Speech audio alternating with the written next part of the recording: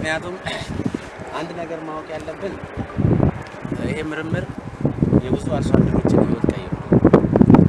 ይሄን ሳናመሰግን ምክንያቱም ሽምብራ፣ ጤፍ ያዳን ገበሬ በተለይ እነ ቁንጮ እና አረርቲ እና ሀብሩ እና የጀሬ በነበሩበት ሰዓት ያ ዘመን የማይገኝ ዘመን ነው።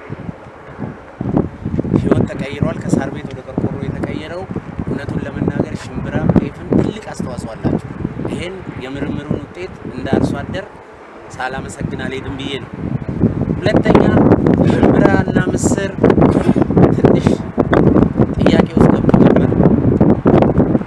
ተመራማሪዎች በጣም ማመስገን የምፈልገው ዛሬ ያየኋቸው ነገር ጠግቤ ነው ወደ ቤት መሄድ።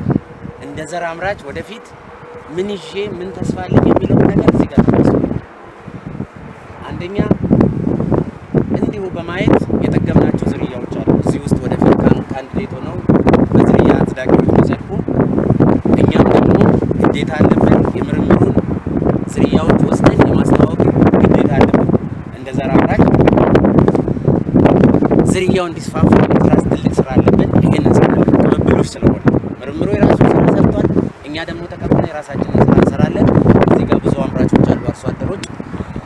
ሌላው በጣም የገረመኝ ነገር ያየሁት የሲድ ሳይዙን አይቼዋለሁ።